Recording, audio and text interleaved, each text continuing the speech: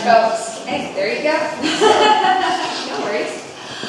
I have to also very quickly say thank you. I found out who the chocolate milk came from, and it's the Dairy Princess. So thank you so much, Dairy Princess. All right, so we are going to push right forward to our panel discussion. And John, if you wouldn't mind popping up here and adjusting the table while I'm talking, that would be great. I'm going to introduce our moderator, and then we'll go from there. Jason Evans received a PhD in Natural Resource Economics from West Virginia University in 2007 and joined the faculty at SUNY Carversville in 2009. Dr. Evans teaches a variety of agricultural economics, policy, and management courses at SUNY Carversville. He serves as chair of the Department of Agriculture and Food Management, and he was recently named director of the college's Institute for Rural Vitality. I'm not supposed to say this because I say it every year, but he's also hilarious, and he should be a stand-up comic. So, ladies and gentlemen, Dr. Jason Evans.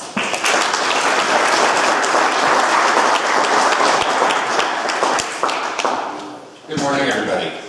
So actually, are you ready for the panel to be seated? Come on up, panel. I'm going to have the panelists introduce themselves, and while they're coming up, I'll tell you a little bit about what our objective is today. I think that I want to treat this a little bit of a SWOT analysis. And if there are any students in the room who've been in a business management course or an entrepreneurship course, you know what that means.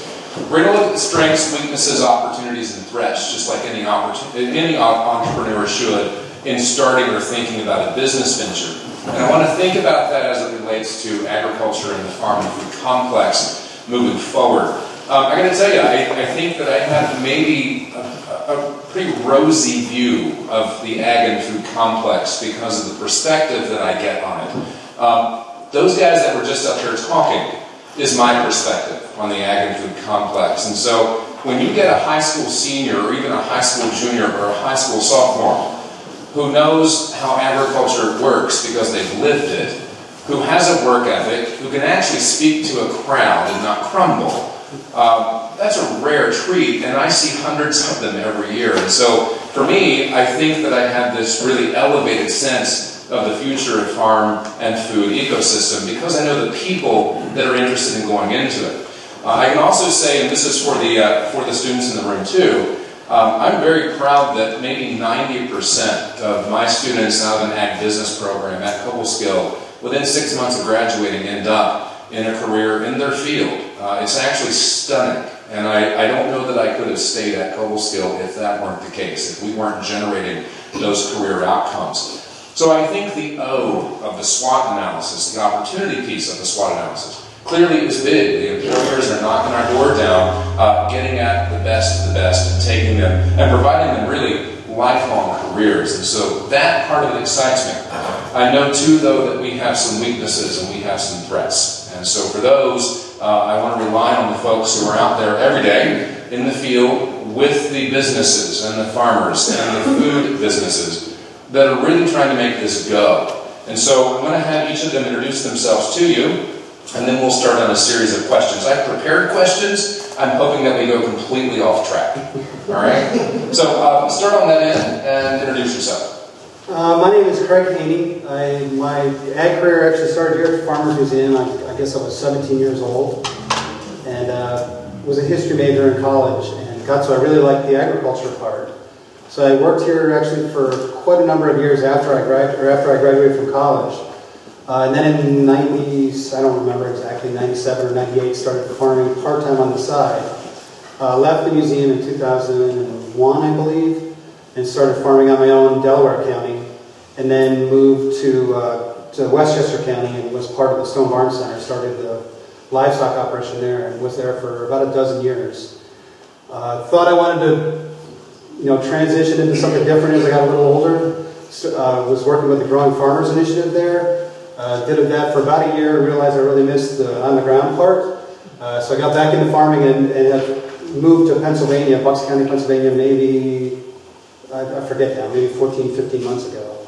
So multi-species livestock has kind of been my thing, as well as education. My name is Rebecca Morgan, and I am currently the Executive Director of CADE, which is in Oneonta. It's the Center for Agricultural Development and Entrepreneurship. I grew up on a dairy farm in Walton, New York, and have spent 16 seasons on different organic vegetable farms in Virginia and New Jersey and New York. And I've sort of interspersed that with some international human rights work and community development work in New York City and abroad. No, and I've been here for a while. My name is Jessica Hula-Fredericks. I live in Little Falls. I always grew up in the dairy industry, worked on my aunt and uncle's farm, did the 4-H program, the New York State Dairy Princess program. I was able to actually do an internship at the American Dairy Association, which was a great opportunity, made me realize that I did not want an office job. I went to Morrisville State College for dairy science. I met my husband, and we are now going into our 10th year of owning our 1,200 cow dairy farm in Little Falls. Good morning, I'm MacKenzie. I put this up here earlier, so I'm not going to do too much introduction. So right now I'm working with Cornell Cooperative Extension's regional team of Harvest, New York. We are completely state funded. We work more on the value added side. So right now I am working a lot with livestock processing, more on the meat side, working with all of the processing facilities, not just in New York, but all the way up to Maine. But my background goes as a 4-H'er, growing up here. This was my town, this is my school district. And I went to Cornell University undergraduate, but then I also decided that there was more in agriculture and went on the environmental side. So for 10 years, I worked with land trusts across the state of New York, working on buying development rights to try to preserve our agriculture for the future of our farms. But then about almost 2 years ago, I came into this position to try to work on the bottleneck of the meat industry to get more of our local meats into all of our markets throughout the state and throughout the Northeast. Excellent, thank you. By the way, panelists, if you see me gesticulating wildly over here or some other way seemingly uncomfortable, it means I'm trying to move you along. I'm not going to tell you to move along, but if I seem antsy, take that as a cue, okay? All right, so we're going to, let's start with the bad news, and then we'll move to the good news, right? I think that those of you in the room who have been in the farm and food system for a long time, or who have studied it, or who have interest in it, know that you don't have to look terribly far to find problems and challenges. We have challenges even at our core. We're inefficient eaters. We eat things that don't make us terribly healthy, and that potentially cost our health system billions of dollars. Farmers who are servicing the direct consumer or local food movement often find themselves unprofitable despite the interest in it and have full-time jobs off the farm. We have an agricultural treadmill on which the big boys who develop and implement and adopt cost-saving and time-saving technologies set the pace for the rest of the market, and sometimes it's adopt or get out, rife with problems. What to you individually is the greatest challenge, the greatest hindrance right now to farm and or food business viability? Right now. And we'll start on the end. I would say marketing. I feel like the market, again from my perspective, is somewhat saturated, and it's hard for young people that want to farm, sort of at the scale and have the relationships directly. It's hard to find those folks, I would say. What's the question? What is the most challenging? What is the most? Yes, Rebecca, it's not complicated. the one most challenging. I want one. The most. I mean, you have two. That's fine. The most challenging component to a thriving small-scale farming community is the larger international global food system that is currently entrenched. It's how we eat. It's where hospitals and schools buy their food. It's where it's how the grocery stores function. I mean, I think the biggest challenge is that we are fighting an infrastructurally entrenched global food system that has made it extremely hard for the small-scale sustainable producer to gain economic viability and traction within that. And I'm sure we'll break that out later. But Good. Actually, I agree with you. From a dairy farmer perspective, right now, our biggest fear is not having a milk market tomorrow.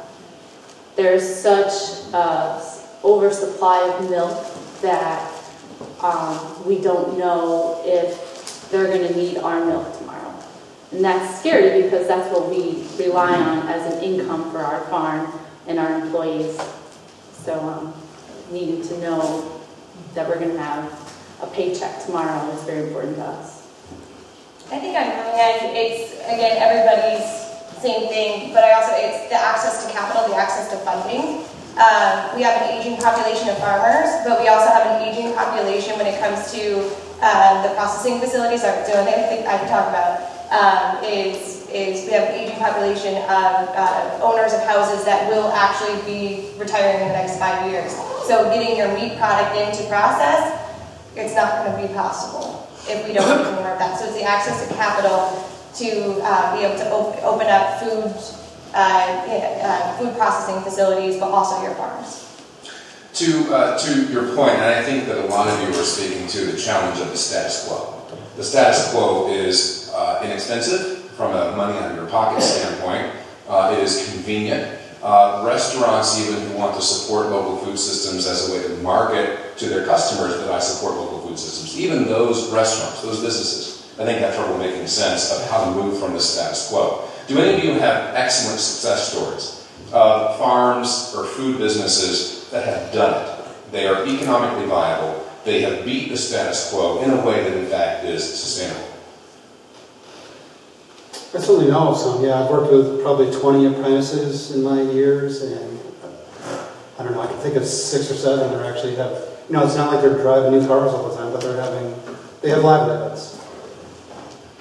I would agree. I think that the farms, I certainly know of a handful of local farms that are successful, primarily those that are diversified, certainly farms that are incorporating sort of the agritourism element and on-farm processing. That type of diversification helps. The farms that are becoming increasingly efficient and really meticulously tracking how their product flows on farms so that they are more ergonomically efficient, so that they are more financially efficient, wherever they can shave off time and wasted expenses. Those farms, there are an increasingly growing percentage of farms that are able to be more financially efficient and therefore viable. Can I jump in real quickly? I was going to say, when I was thinking about those 6 or 7 apprentices, I'd say the one thread through a lot of them would be they're very good at relationships. That's come up a few times this morning. To what extent is these young people, some of them wanting to go back to the farm level, to what extent is the fact that increasingly that population of students is in fact coming through a college program, an undergraduate program, where they're going to have compulsory communications classes, marketing classes, management classes? To what extent is that long-term part of the answer? I'm going to say, we need to know how to speak not just to other farmers, but we need to know how to speak to the mom who has, who drives the Rolls Royce, but we also need to be able to speak to the mom who cannot feed her children. And that's what's important about, it doesn't matter if it's 4-H, FFA, or if you're in a college setting, taking those workshops, taking those courses to teach you how to speak. And we always call it doppelganging or chameleonizing, as being able to shift how you speak to certain people. That's really important, because when you're speaking to a group of farmers at the Farm Bureau dinner, drinking a glass of milk, sorry, I'm looking at you, versus, again, speaking to, an after-school program with moms who, again, cannot afford what they're feeding their children. You have to doppelgang, you have to chameleonize. And, take your message as the same message at the end of the day, but changing it up. How do we actually address the other piece of that too, the actual management skill set, the cost-saving skill set that all businesses need to thrive? What services do we currently have available in this part of the world, or in this part of the state, and what could we do more for existing farm and food businesses to say, look, part of your solution is actually managing this operation more efficiently, or marketing better? How do we do that?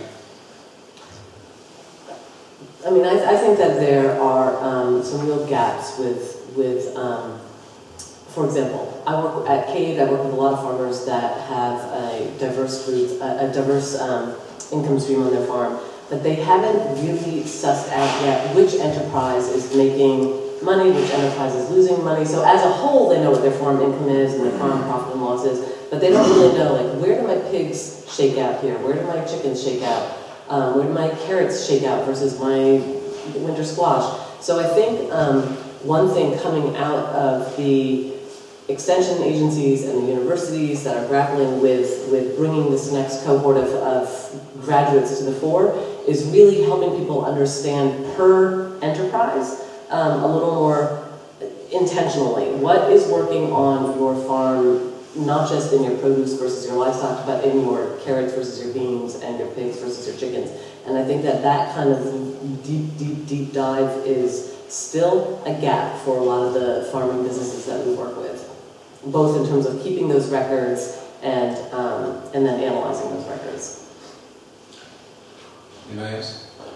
Okay, so now to the good news, and this is for all four of you, and I'm sure that we'll cycle back around to the bad news. I don't mean to give just a 10-minute treatment of the bad news, because there's bad news, right? There's also really good news. And so, Rebecca, yes, listen to the question, all right? What is it, one thing, what is the good news that excites you the most about the ag and food complex right now? In your opinion, what is the primary driver, the most important driver of potential success for these businesses and these students that are going to go out in this field? One. And we'll start with you, in fact. Me? Yes. For me, to me, the most exciting thing is just the, and this sounds weird, but the most exciting thing is that our food system is at a state of absolute crisis. And that's the bad news, and that's the negative side, but that's also where there's the most momentum and opportunity. So to me, when I think about the global food system, and you include water security, and you include soil fertility, and you include all of the elements that put together how we get our food, and global population demands and climate change projections, when you add all of that up, it really feels like an enormously urgent crisis to me. The fact that people are understanding it as such and coming into it with a sense of a wholesale need to change the consumers, the education, antibiotics in our meat, how we treat our soil, the whole system needs to be sort of readjusted where our subsidies go agriculturally. So for me, the most exciting piece of this is that we are at the point where it's about to break and there's going to be a new influx. It's that, what's that economic model? It's the production. You have to pull it apart before you put it together, the destruction. Should I just make up a name or something? Because that's the Stevenson novel. Yeah, I'll remember, but that to me is the most exciting piece of it. Jessica. I would say the technology side of for the dairy industry. It allows us to become more efficient at what we do, from putting the corn seed into the ground, the amount of fertilizer that we're going to have to spread. That all helps lower our milk production costs so that we could be more profitable. Right down to, there's apps that we have on our cell phones now that help keep track of our cow health, their rumination, their movements, their resting times, and even their heat cycles, and that all comes right to our cell phone and alerts us so that we can go and check those cows out more than just walking by them. It's kind of like a Nike Fitbit. Just Craig. I think I would say the culture. When I started to think about trying to make farming a career for myself, I got a lot of quizzical looks, and this would have been, say, late 80s, early 90s, and be like, what? And now I feel like in the cultural mainstream, it's become something at least that's talked about and seems viable.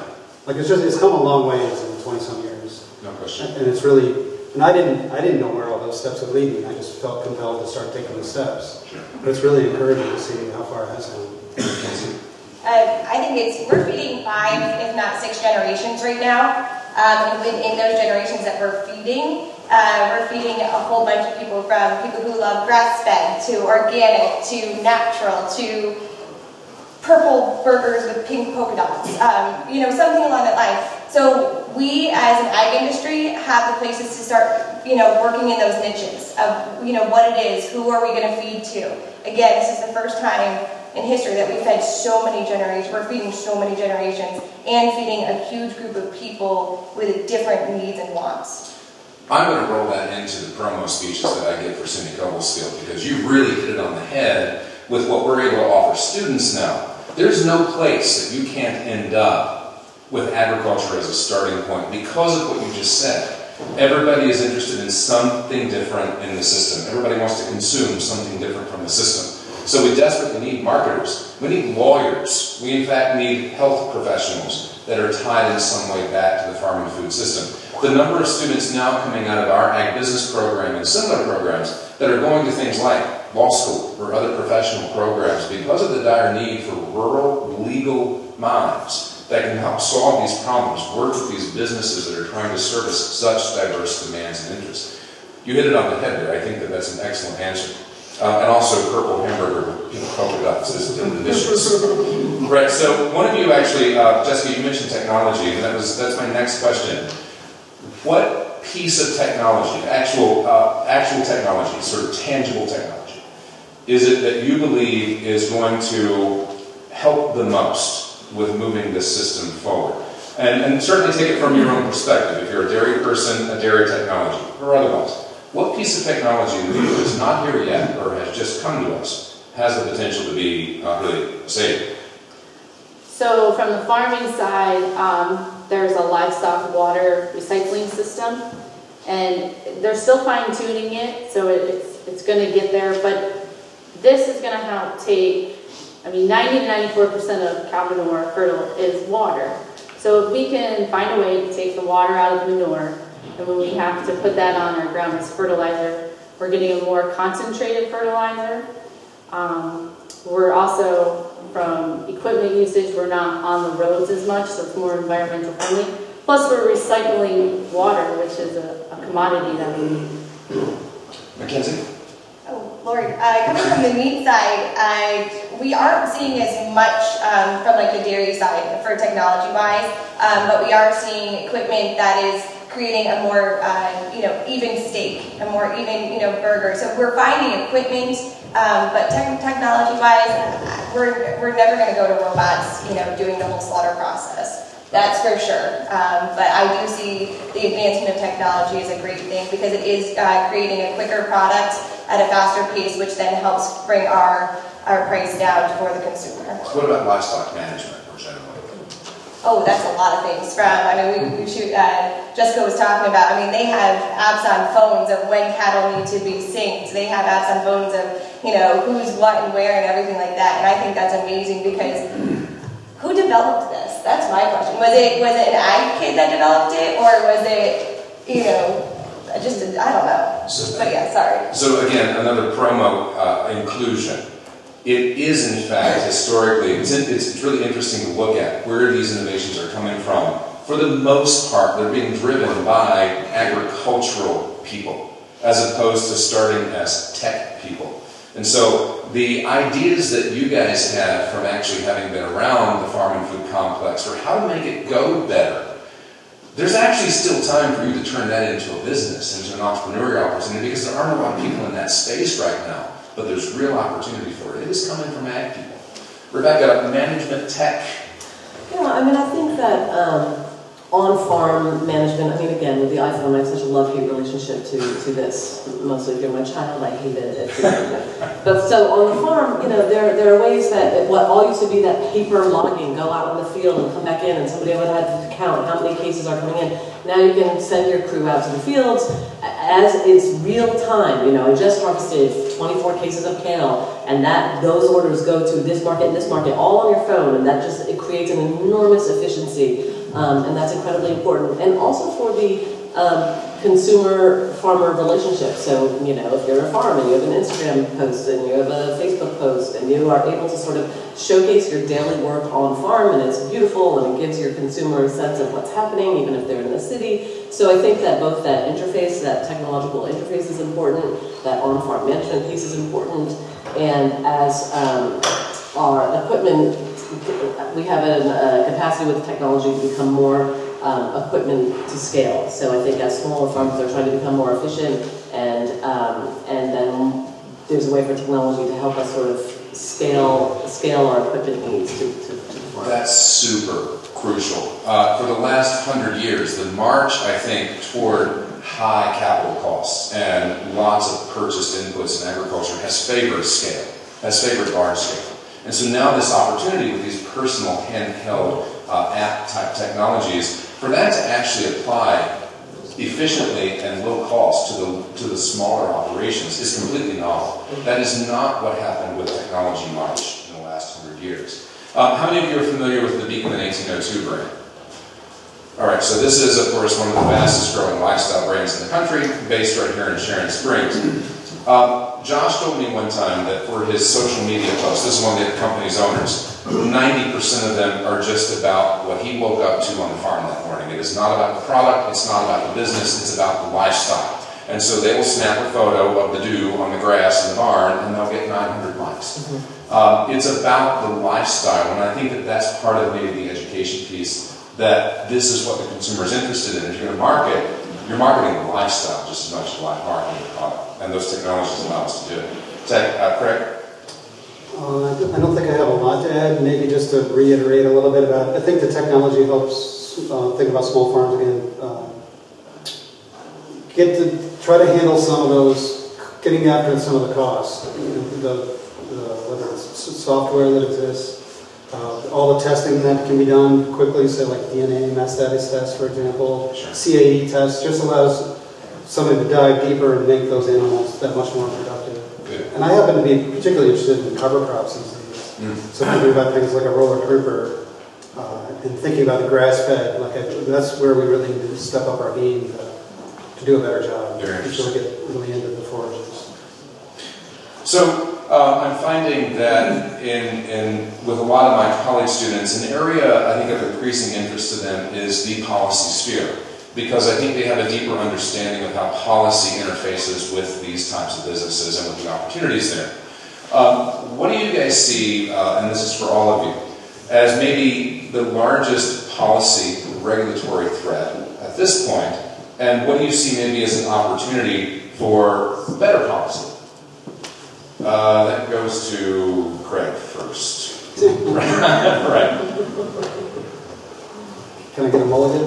Yes, indeed. You can pass it on to Rebecca. Well, I mean, in general, I think that our farm legislative and policy framework does not help stabilize small-scale sustainable incomes or viability. Like, I think that in general, it's an upward hill. I certainly think with all of the food safety requirements coming down the pike, some of that is very relevant and helpful and will help increase markets. And a lot of it does that by putting a burden sort of on the production realm. So we have to find that balance. Certainly, I think one of the largest problems with the legislative farm bills are where the subsidies go. So, we always joke, like, if kale and carrots were subsidized instead of corn and soy, what would that look like? What would our bodies look like? What would the obesity rate look like? And what would our farms look like around us? So I think that the legislative barriers are significant. I'll let somebody else address what. I'm actually going to ask an audience question now. If you have a blue FFA jacket on, you're eligible to answer this question. Ready? So implicit in Rebecca's response is this assumption that it is okay, in fact, and that it's necessary for government in some way to incentivize and subsidize agriculture, and perhaps even to do it at an extent that they don't do for other industries. You tell me, one of you, elect among yourselves, how do you justify government support of, subsidy of agriculture?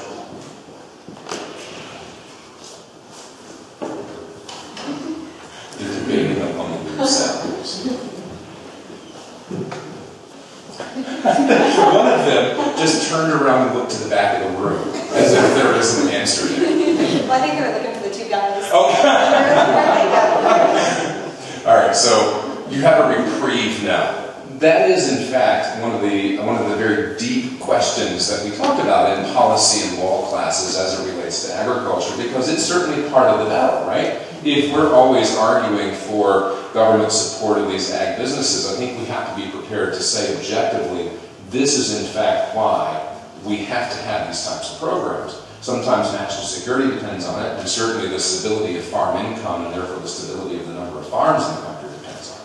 So I just wanted to see where your head was at on that. It's okay, you didn't fail or anything. Right? My students into their senior year struggle with that.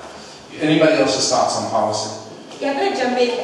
For the first time in our history, the United States history, we had our first big overhaul of our food safety program.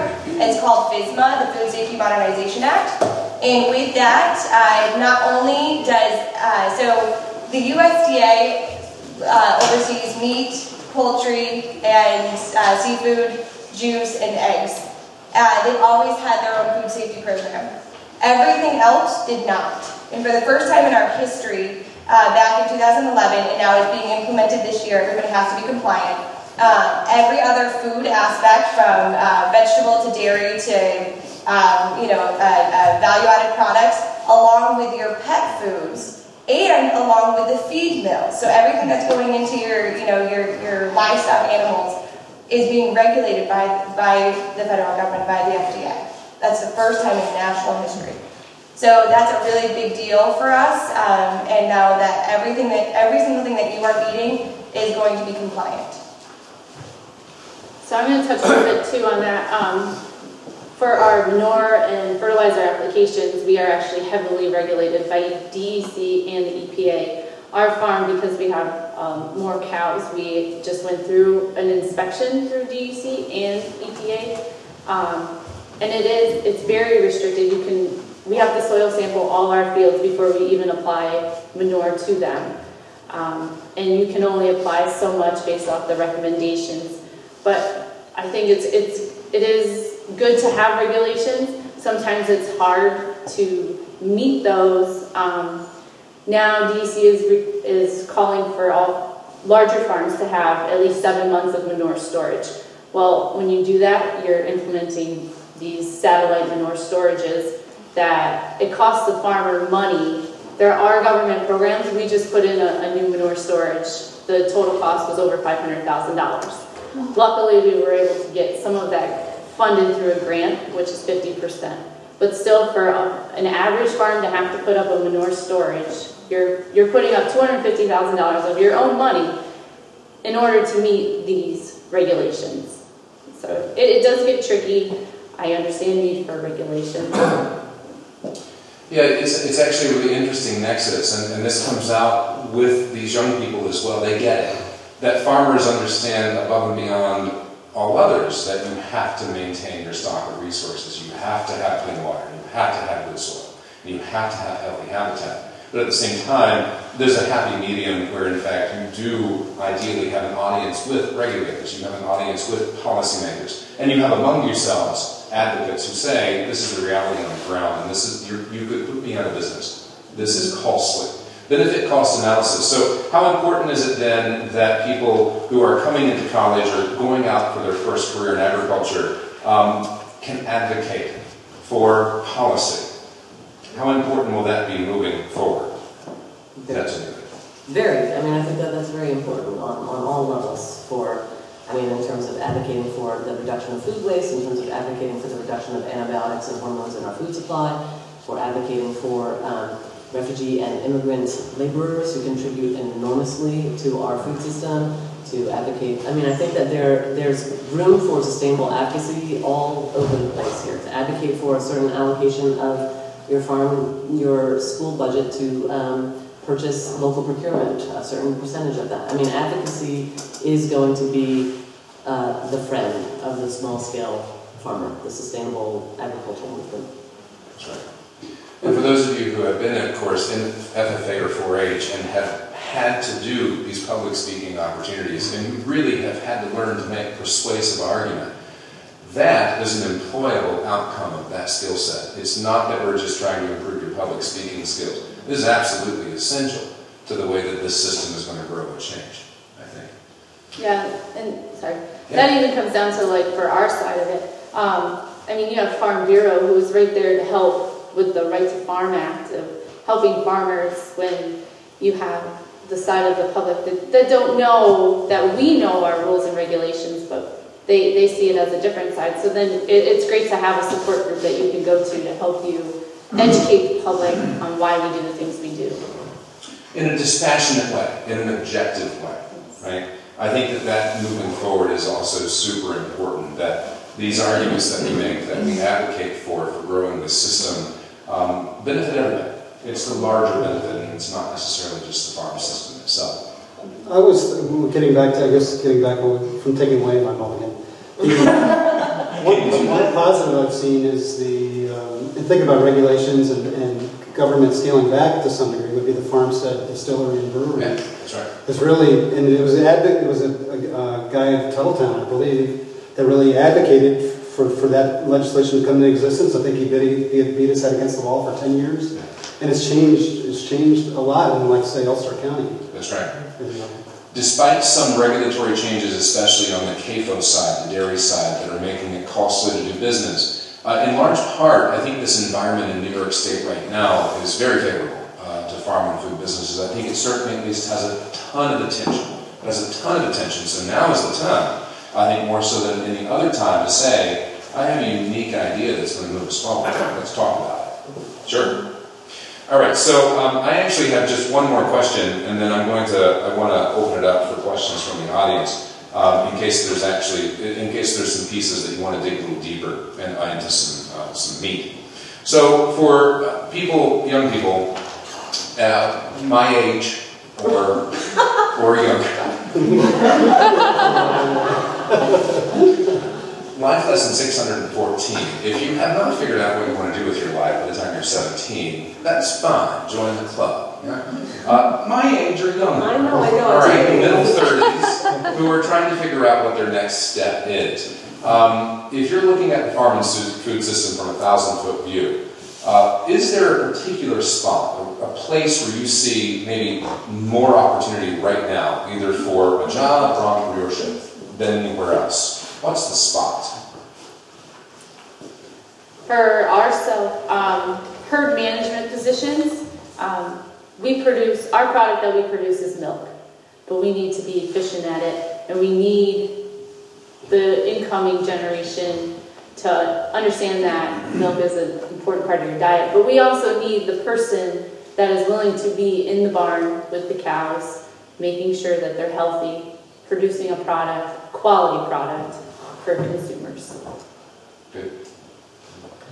I mean, I have a whole list that I will go into here of potential careers. I really feel, again, because I feel I approach it with such a sense of urgency and so much passion, and my whole life is dedicated to sort of how to grow the sustainable agricultural system. I feel like there are multiple jobs that are out there, and they include being in the city and doing food access work, and they include being in a rural environment doing community development, and they include conservation, they include science, soil science, and engineering, and again, equipment and production and processing. I really think that now is a really exciting moment to get involved along the entire supply chain. Consumer education, enormous. I'm glad you said what you said. As it turns out, I think, and this is me, I think some of the bigger opportunities in the farm and food system might in fact be as far away from the farm as you can imagine. I think it's in these urban centers. That's a challenge for us as an educational institution like Carversville. It's a hard sell sometimes to say to a student, you need to go do your internship in the Bronx, at Hunts Point Market, the biggest fruit and veggie wholesale market in the world. You need to maybe hang out in that environment and really get a sense of where these consumers and these institutions are. I will say anecdotally, we've had 3 students in the last 5 years that have gone and worked for major fruit and veggie importers at AJ Trucco, one of the largest fruit importers in the country. One of them now is an attorney. The other one manages their entire organic procurement division. And the other one got so much confidence working in that fast-paced food environment that they left it entirely and have opened their own business in Manhattan called The Wrecking Room. People pay $50 an hour to come in and break stuff in a studio apartment. Not kidding. I'm writing that down. And this guy was just bold enough to do it because he worked in that fast-paced food system. And he said to me, if I can get through a day of work at this place, I can do anything. And that's really what you teach yourself going to that really challenging environment. All right, so MacKenzie and Craig. So I'm going to kind of mirror what Rebecca said. We need them from right down to the production aspect. But for me, I think it would have to be on the food safety side. We need people going into our meat plants, into our dairy processing plants, quality control, food safety. We need our educators. We need everybody out there to understand that it's not just going to work on the farm anymore. That's where we do need them, trust me. And we need good ones there too as well. But from along the whole supply chain, that's what we need. It really is. I can't tell you exactly one place to go. Great. Maybe I'll focus on the production side. And from my perspective, I think grass-fed and, say, grass milk has got a bright future. I do too. I think that for people, for young college kids that are looking for summer jobs also, rent a refrigerated truck. I mean, I think really we just need more infrastructure going to farms and taking products to market so that the farmer doesn't have to spend their entire day being that driver. So I'm continually surprised why there aren't more available refrigerated trucks on the ground that we can plug into. I know it's more complicated than that, but honestly, some of it might not be. The great thing about the farm and food system is that not all of the problems in it are what sociologists would call wicked problems. Wicked problems are problems that people don't even agree they're problems, and they certainly don't agree on solutions. Some of these problems actually are easy solutions, and some of it is missing infrastructure. Take it as a cue for entrepreneurship. All right, audience, what do you got? well, I know the FFA ladies would like to jump in. They've spent a lot of time thinking. You have formulated a response to my question. Go. Sometimes in a row you're do us a great favor and repeat that question. Awesome. The question is, if we are in fact advocating and arguing for government support and even subsidy of farm and food businesses, tell me why. Objectively, why should farming and agriculture receive attention from the government that other industries do not? Like farming itself, in my opinion, we were just talking about this in the Olympic, it has decreased a lot in the past several years. And with government support, it's going to open up to so many different people realizing that, hey, agriculture is decreasing, we need your support. And personally, us three, I think all three of us went to a Forgotten Farms video showing. I don't know if this is exactly what the question is asking, but it's kind of my perspective on it. But we just passed a motion at our last meeting saying we're going to show this video at our school on February 13th. So if y'all want to come down to BDS. Excellent. But with government support, it's really going to open up and show the communities around the state that agriculture needs your support, and we really appreciate your support in so many different ways like that. And farmers and dairy prices are decreasing, and that does need to be brought to people's awareness and stuff like that. Like, I don't really know how to explain it because I can go in so much more deeper than I am. But you did good. You did good. So what she's suggesting is that I think a lot of people that eat food don't realize the string by which their entire food system hangs sometimes. It's at risk every day of volatile prices that are volatile because of the nature of what we do. And it's at the risk of people not wanting to come into this as a career because they don't see it as that. And so I think that you did a very good job of saying that our food system hangs by a string, and people sometimes don't get that. Good, good. In my actual senior level policy class, we would maybe, if I'm feeling really just mean on certain days, we would spend 40 minutes just back and forth, and I felt bad sometimes. You know, I'm real into those kids. Good, good. Yes, ma'am, I saw a hand back. Similar to what you were saying. The strength of our farming communities is the strength of our nation. Like it's our food security, it's our family security, it's the strength of our communities, you know, and the loss of the millions of farmers that we've lost across the country. We need the support of the government to bring it back, because unfortunately it's the support of our government that has brought their downfall through subsidies and such since World War II. So excellent. We need to back up. She would get high marks as well. Yes, sir. I was just thinking about one of your comments, you know, this former student or whoever went to this large vegetable producer. And for me, I'm a superintendent of schools here in Cooperstown, and I was just thinking, what do I want my kids to do? Where do I want to go? But it strikes me funny that we long for this small-scale local connection to farming and that sort of thing, yet we laud those large things in life, sort of big box mentality. And so I wonder if the jobs that we used to we romanticize about small farming have just simply been moved to this other place. And do we need to bring it back? And all those questions are, it's more a comment and more wondering than yes. Well, I think that what you said is what will naturally and organically bring it back. It has to come from the consumer. There has to be a diversity in consumer interests that create those opportunities. But those two businesses that you're talking about, the small-scale niche farm business versus the hugely efficient, highly specialized, large food system business, apples and oranges to a lot of extents, two different management skill sets. So from an educator standpoint, I actually want my student in some way experiencing and at best working in both of those systems. And if the consumer interest in what's happening at the small scale continues to grow, that means in fact there are lessons that we can learn from the big system, good lessons, and pull them into how we manage those businesses. But I think it has to be consumer driven to create those opportunities. They are different, sure. Yes, ma'am. So one of the things I feel is not talked about very much is consumer education. And one of the comments I hear a lot at the farmer's market is how expensive everything is. And I find it ironic that we are in one of the wealthiest nations in the world, but we spend the least percentage of our income on food. So I'm wondering where you guys see consumer education playing a role in sort of creating the market for these smaller farmers and making people realize that this quality food costs more than what we're used to from the global system that Rebecca's talking about. Yeah. Yes, that is what I do every day, is trying to fight the consumer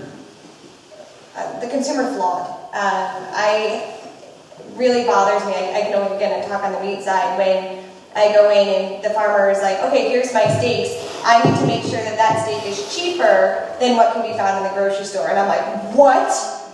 You can't do that. And so it's also educating the consumer, but also working with the producer, that they should not be fighting with the local grocery store's prices, but to get the consumer to understand that what they're buying is not box beef. It's a feeling. It's a help me here. Well, I mean, I think it's also, you know, it's part of the subsidy question, which is that if so much of the corn that is fed to the beef is subsidized, then by the time the beef gets to the market, it's going to be cheaper. And if you're developing a more healthy system, really, it's also Jason and I we're talking before the thing of like, well, he was asking, well, what is the thing that is the most optimistic moment on the horizon? And I was like, well, it's a little bit like the success of the small scale sustainable, and by small scale I don't mean like tiny 1 acre. By small, I mean I think that sort of small scale can be a 50-acre vegetable farm. I mean that is sort of still small scale in the context of agriculture. But I think that you know, we joke about how the success of the sustainable agriculture is sort of predicated on the demise of California. Like, you know, once California has to literally pay the real cost of the water that it costs to grow all of the crops that are then flown to New York. And then when they do have to start doing that, our sustainable prices will actually be competitive. So it's sort of built into this actual subsidy system what's cheap and what's expensive. And when the reality shifts by climate change and immigration concerns and other labor practices, and when other real factors enter that equation, our food will become more competitive. So I don't think we should ever try to shoot under the grocery store model, and that is that's a big mistake that I think some farmers try to do. That is one of the wicked problems in the food system, and that is the huge appeal of status quo. It's appealing. But I think you're right, though. I think the resurfacing happens naturally over time when various factors come into play that actually cause conventional food to be priced at its actual cost. Yeah. I'm a school board member in Newdale Valley, and 70% of our population is in poverty. Yeah. So, you know, there's small pockets that can afford these great fresh vegetables and meats, but poverty is still a huge issue even within 20, 30 miles of here. Of course. Oh, of course. Yeah, absolutely. I mean, it's a very flawed system, and the food access issue is huge. I mean, again, it's sort of for the low income. You know, again, I grew up in Walton, which is also a very low income community, and if there are ways to get healthier, if the school is allowed to sort of shave off a certain percentage of its procurement so that where some of the school food is able to purchase local food, that's great, and gives those kids that access. WIP programs, SNAP programs, I mean, there are all of these programs that can help sort of generate a greater relationship toward that food access. But what I'm talking about is right now people go to Walmart because that's where the food might be cheaper, but when the actual costs have to be reflected in the food prices, such as when there aren't enough immigrants to do the labor and then they have to start paying the federal minimum wage for the labor, then when you go to Walmart, you're going to be paying more for that food, and then all of a sudden the local food is more competitive, so poorer households have to figure out how they shave off more money toward their food dollar, and it's not going to be about like Walmart versus small-scale organic. It's just going to be about food versus electric versus clothing, because the food will be more competitively priced. What your point, though, is another wicked problem. If a sociologist defines good food as food that is eco-conscious, food that is nutritious, food that is delicious, food that is accessible, where we hit the brick wall is when we also try to, at least for right now, build in the affordability factor, right? Can good food, quote unquote, include the affordable factor? It's tough. There's no question that that's a challenge. And even working through something like a farm-to-school program, it's depressing sometimes to come to a school system and say, hey, how much of this product could you buy if it were priced in this range here? It's coming from local farms, it's processed locally, and to then find out, and this is ubiquitous, this would happen 100 times, to then find out that in fact that school system needs to be paying about a third of what we were able to offer it to them for. It's a challenge. It's a challenge, and I don't know what the answer is. Well, there are also some practices that we've gotten away from, such as learning how to shop and cook. Of course.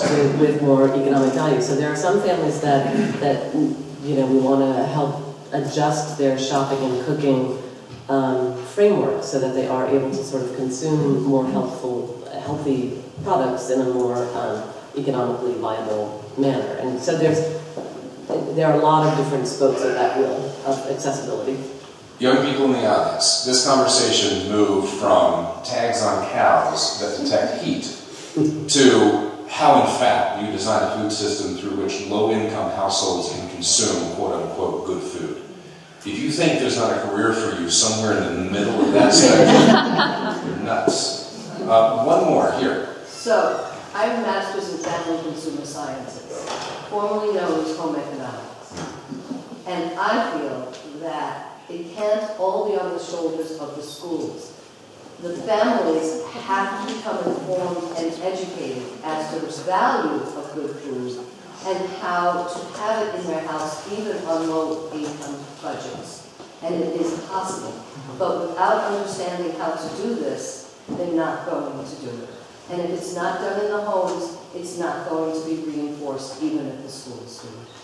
Well, I'm going to jump right into that. And since Mrs. Parr's in the room, and I know there's other educators, that's something that we fight. We can tell them to brush their teeth, eat an apple every day, but if it's not, you know, drilled into their head when they get home, I mean, you've got little ones, you know, drill it into their head when they get home, then they're not going to keep doing it. So yes, I mean, it does start at the school system, but we really need to educate the homes to keep doing the you know, eating correct food and eating more of a local product too. Students, we are now into reforming culture. So I lied. This is it though. You first. So in response, as a farmer, I had a USDA inspector on our farm just this past week. And we raise all of our animals just like Craig, pasture raised. Our cows and sheep only eat grass. Our pigs and chickens are out on grass and certified organic. I mean, it's the best of the best. And he made sure that he handed me the USDA nutritional information that is just across the board. This is what you should be handing to your customers because they should know that this is what your meat is. And I actually engaged him in conversation because I wanted to tell him, you know what, our eggs, these are not our eggs. This is not our cow, this is not our beef, this is not our pig, it's not the same. And so until that starts to come from the government that tells us about our nutritional triangle, it's not going to be something that we can teach in schools. It's not going to be something that parents believe. It's not going to be on the commercials, on the television. So that's where the government has to be influenced. And unfortunately, they're influenced by all the big pharma food companies. Career option 250. Lobbying on behalf of nutrition in the United States. And Keith. So, in Oneida County, Commissioner Ball mentioned the farm to school program. In Oneida County this last month, we partnered with Waterville. We purchased 4 dairy cull cows that were trucked 4 miles from the school to the processing plant. It was processed locally in Bridgewater.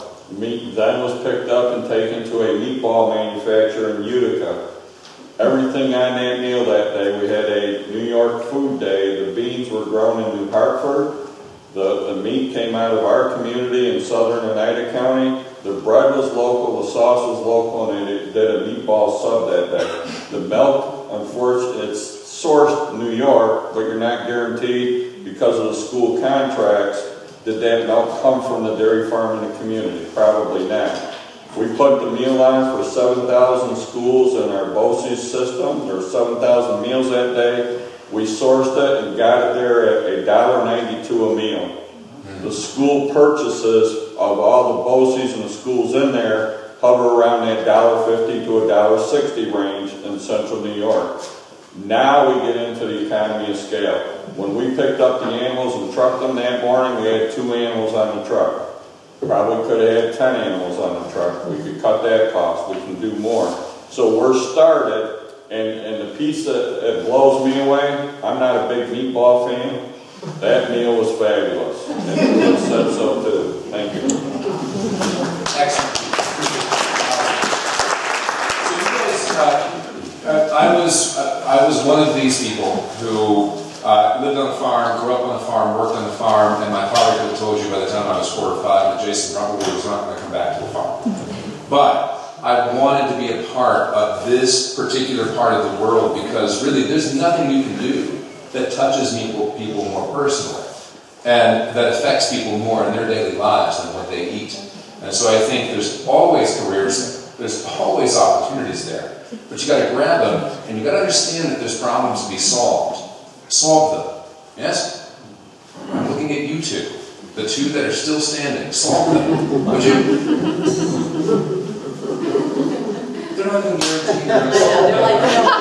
Maybe not. Thank you to my panel, and thank you everyone for your questions.